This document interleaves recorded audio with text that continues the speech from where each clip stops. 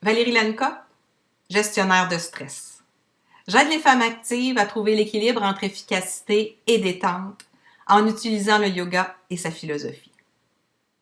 Dans la vie, on vit beaucoup de périodes de changement, de transformation, des transitions. Aujourd'hui, j'ai envie de vous en raconter trois. Trois de celles que j'ai vécues et à travers lesquelles je suis passée en utilisant le yoga. Parce que le yoga vient apporter beaucoup de calme, beaucoup de paix, beaucoup d'ouverture et un regard positif par rapport aux actions qu'on pose et par rapport aux situations que l'on vit.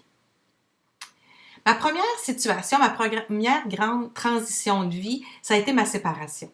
J'avais un garçon de 3 ans, un couple depuis 13 ans et je venais de me construire une maison. J'étais entrée dans la maison au mois d'août. En décembre, je me suis séparée. Nouvelle hypothèque, un jeune enfant. Je peux vous laisser imaginer le stress que ça a causé. Et c'est à ce moment-là que le yoga est entré dans ma vie pour la première fois et que j'ai découvert qu'en passant par le corps, en passant par la respiration, on pouvait apaiser, calmer notre esprit, trouver un bien-être, améliorer nos nuits de sommeil et avoir un nouvel éclairage sur les situations qui nous arrivaient. Ma deuxième transition, ça a été un déménagement. J'étais en Gaspésie, je voulais déménager à Montréal, donc j'ai fait le saut. C'est moi qui l'ai demandé, c'est moi qui l'ai souhaité, mais peu importe, j'arrivais dans un milieu inconnu, dans un nouvel emploi, avec des nouveaux collègues. J'avais un réseau moins grand, moins d'amis. Donc, ça provoque du stress aussi. Ça provoque des nuits plus agitées, ça provoque des périodes un peu plus angoissantes, un peu plus stressantes. Et le yoga est à ce moment-là revenu dans ma vie. Je l'avais légèrement laissé de côté et il est encore revenu dans ma vie. Puis, j'ai recommencé à pratiquer et j'ai redécouvert encore une fois que le yoga aide à passer à travers les épisodes plus difficiles, plus stressants, que ça améliore les nuits de sommeil, qu'en travaillant à partir du corps, en travaillant sur la respiration, on apprend à recevoir les nouvelles situations, non pas comme des obstacles, mais comme des défis. On apprend à les voir sous un angle différent pour que ce soit plus positif. La troisième transition, ça a été mon changement de carrière. À une certaine époque, j'avais encore du plaisir à aller travailler, mais j'accordais beaucoup plus d'importance à mes fins de semaine, à mes vacances, aux congés fériés, qu'à mes journées de travail. Puis pour moi, c'est pas quelque chose qui est normal. J'avais besoin de modifier ma vision de mon travail, de changer mon regard sur mon travail, et c'est à ce moment-là que j'ai choisi d'aller en yoga privé, de m'inscrire dans un studio de yoga et de me faire accompagner à travers le yoga pour vraiment découvrir le pouvoir de la respiration, pour pouvoir approfondir les postures, comprendre pourquoi on fait des postures de yoga. Et ça m'a vraiment aidée. Je suis restée dans mon emploi. J'ai pas changé de carrière. À ce moment-là, j'ai tout simplement changé ma façon de recevoir les événements, modifié ma façon de me lever le matin, ma façon de planifier encore mes vacances et mes fins de semaine, mais non plus de vivre pour mes vacances et mes fins de semaine.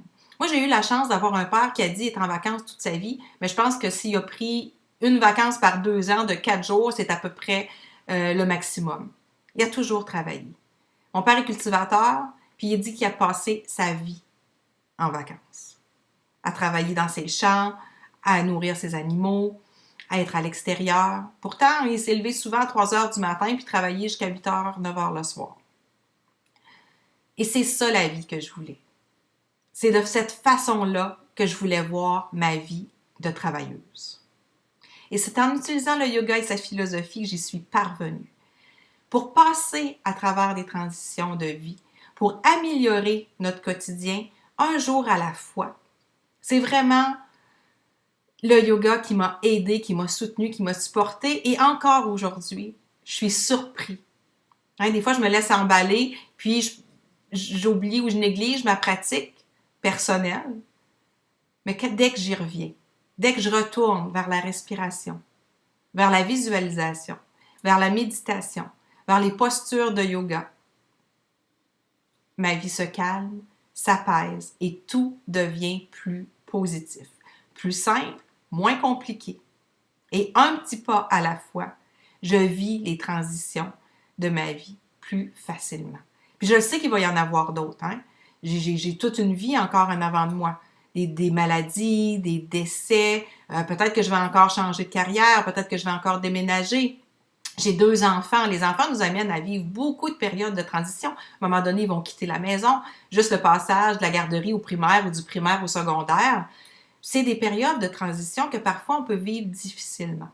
Avec mon programme, Votre vraie nature, c'est ce que je veux vous aider à faire. J'ai ramassé tout ce que j'avais appris, tout ce que j'ai vu dans mes formations de yoga, plus de 500 heures de formation, tout ce que j'ai appris dans ma formation de base en PNL, tous les livres que j'ai lus, c'est ce que j'ai ramassé pour vous accompagner, pour vous guider et vous aider à passer à travers vos propres périodes de transition, qu'elles soient souhaitées ou non.